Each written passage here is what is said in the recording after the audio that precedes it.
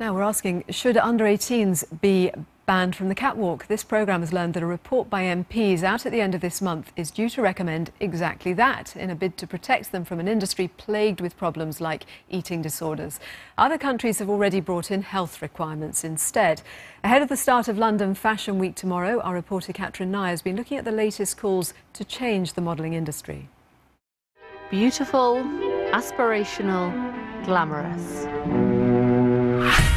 Or too thin, too young, and not real women. This Swedish model went viral last year. According to the model industry, you cannot look like this. You need to be thinner. Rosie Nelson has been modelling for 4 years. Originally from Australia, she lives in London. A size 8, she says she was told to get thinner. So I went away and I just dieted really heavily. I cut out all sugar. I exercised crazy every day. And I went back to see them about 4 months later and they said, "You're doing good, you're losing weight, we just want you to get down to the bone." I sort of just sat there thinking, I can't lose more weight than I have now. I've lost pretty much everything. I was skin and bone at that point. I started a petition on change.org just to raise awareness about it. Hundreds and hundreds of girls have messaged me saying they've had the same thing happen to them, they've been encouraged to become anorexic or bulimic. In December, Rosie took that petition to Parliament with Caroline Nokes MP. The same MP is leading a parliamentary inquiry that started in October. At the end of the month, we're told the inquiry will recommend that under-18s should be banned from the catwalk. Legislation is what would, at a stroke, make sure that you weren't seeing 16 to 18-year-olds with a BMI of 15.6 being told they had to lose weight. Under 18 is too young just because it does encourage kind of a boyish look. When they're modelling women's wear, they're not representing women.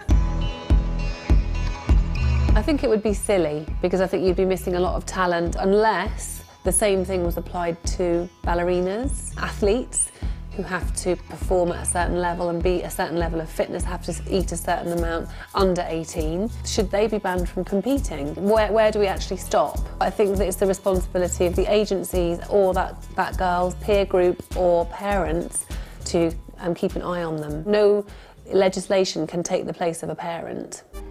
It was ultra-skinny models that made this small British designer make their own rules for photo shoots. Well, our experience of professional models is that they just really don't eat. They tell us that they're under pressure to lose weight. Heidi has added a clause to contracts for her models that says they have to eat when on a shoot. Really, the demand for how a model looks comes from the designer. So what we're saying is, actually, we're not going to be part of that demand. This inquiry followed the collapse of a voluntary code of conduct introduced a decade ago to keep young teens off the catwalk. It didn't work. Models as young as 14 have walked at London Fashion Week. Well, we can talk now to the Israeli model Maayan Karet, who began her career at just 15 years old. She now runs workshops for teenage girls about body image and self-esteem, and she joins us from Tel Aviv. Thank you very much for joining us. Thank you for hosting me. Yeah. What age were you on the catwalk from? On the catwalk, I started 16. I started modeling at 15 and a half, and I was already doing the Yves Saint Laurent show and the Gaultier show and Marc Jacobs and whoever at 16. And do you think that's old enough to be on a catwalk? What do you think about this suggestion that models should have to be 18 and over? I think it's a bit strict, not to be at all, but I think it's true that it's too young. I think in the age of 15 or 16, you should still go to school and hang out with your friends. I think it's at a moment when I was 16, I thought it's the best experience, or maybe not the best, but I thought it's a good experience. But now when I think about it backwards, I think it was too early and I was too young and too naive to deal with this kind of business and this kind of pressure and the people that are maybe good people, but it's still a business. What was the pressure that you were under? The pressure was a lot of pressure. It was a physical pressure of working a lot of hours and standing on your feet for many, many hours. And it was a mentally pressure of being your best all the time, being successful, and as any work has to be, but in a very young age. And of course, to be slim at the age of when your body is still developing and you still need fat to grow up. And you know the need as a model is to be thinner than you are naturally, even if you are thin. Where does Sorry, where does that pressure come from? We were hearing from Rosie, who was told she had to slim down to the bone. Were you told things like that?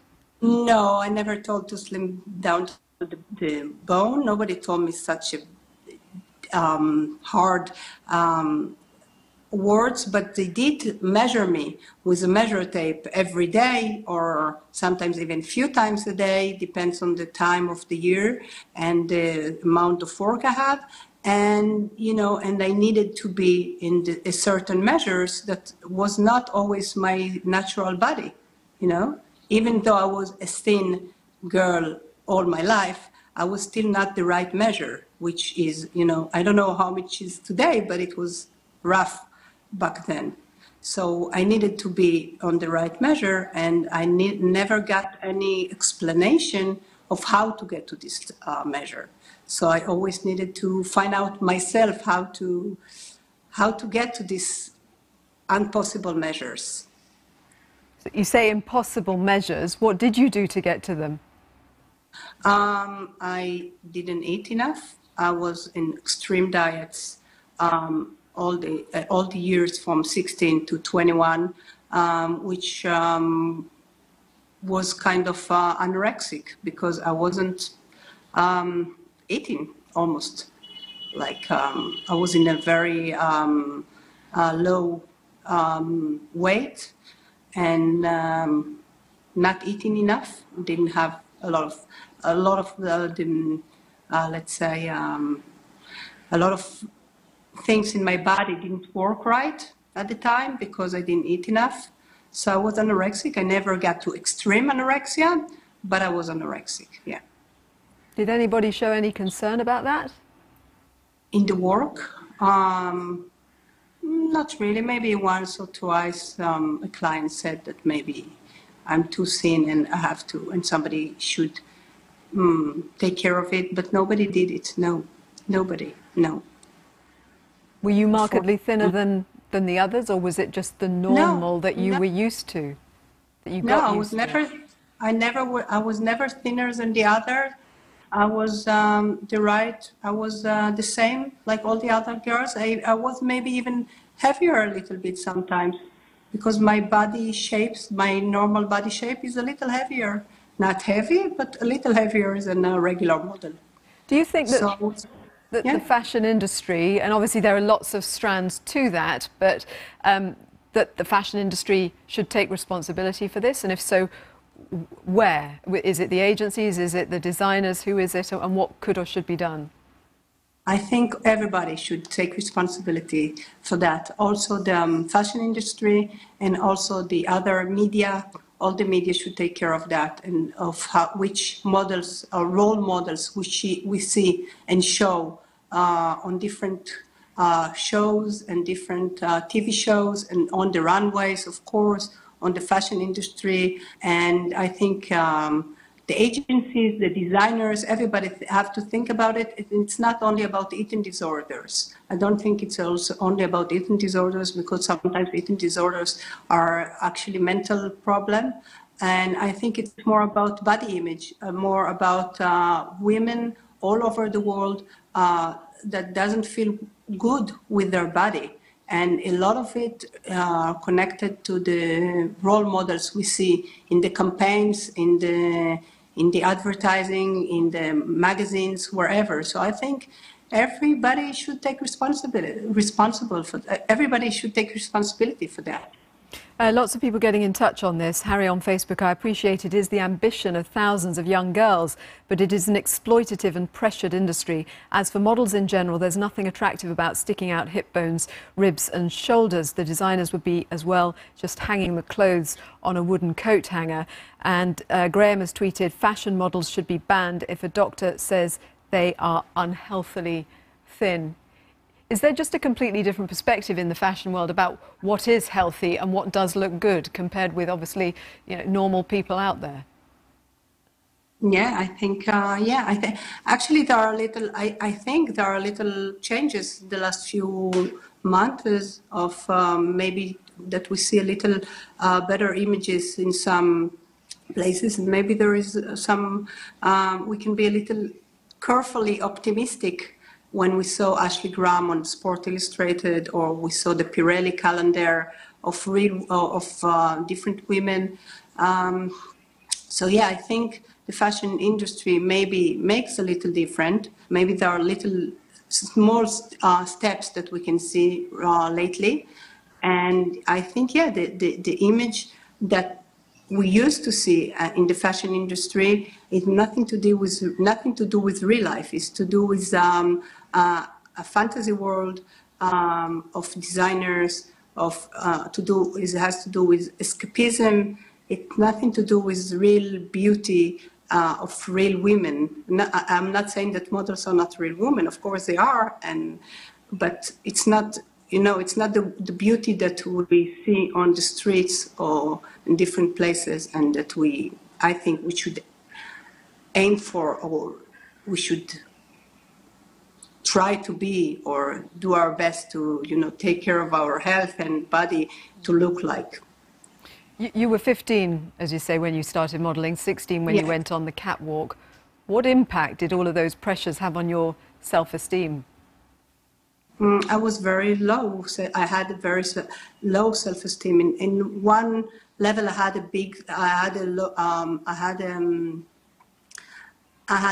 self-esteem. I forgot the words. A high self-esteem of of people telling me how great I look because of work. Because as a model, I was doing very, very well. I was very successful, so I had a high self-esteem for that. But with my life, with relationships, with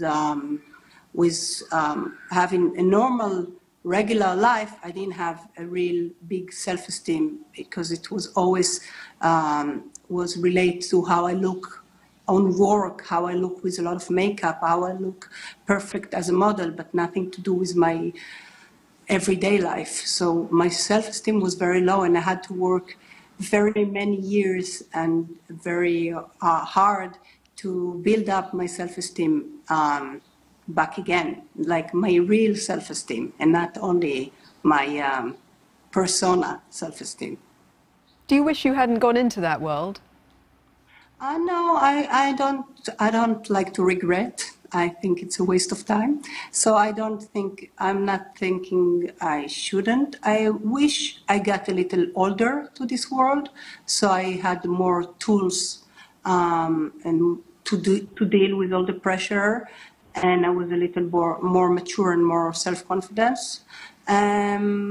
But I don't regret, because what I do today, and I help hundreds and maybe thousands of young girls, and I think it has to do with the journey I went through by myself. If I didn't go through this journey, I could never do what I do. When you I could never understand. So you're helping all these girls. Are they girls who have been through and had the same experiences, and you're sort of coaxing them after it, or are you kind of helping them deal with that world as they're in it? Actually, I work with normal girls. I don't work with models, but sometimes I have a model in my workshop that, just a girl that has the body of a model. But I work with regular girls, but I think it's affect any girl. I think any girl has the same issues. Maybe when you're a model, it's just a little deeper and stronger, but it's the same issues. So I think, yeah. Thank you, Mayan. Thank you very much. Thank you. It was a pleasure. Thank you. And if you want to share our film, you can find it on the programme page, bbc.co.uk/Victoria.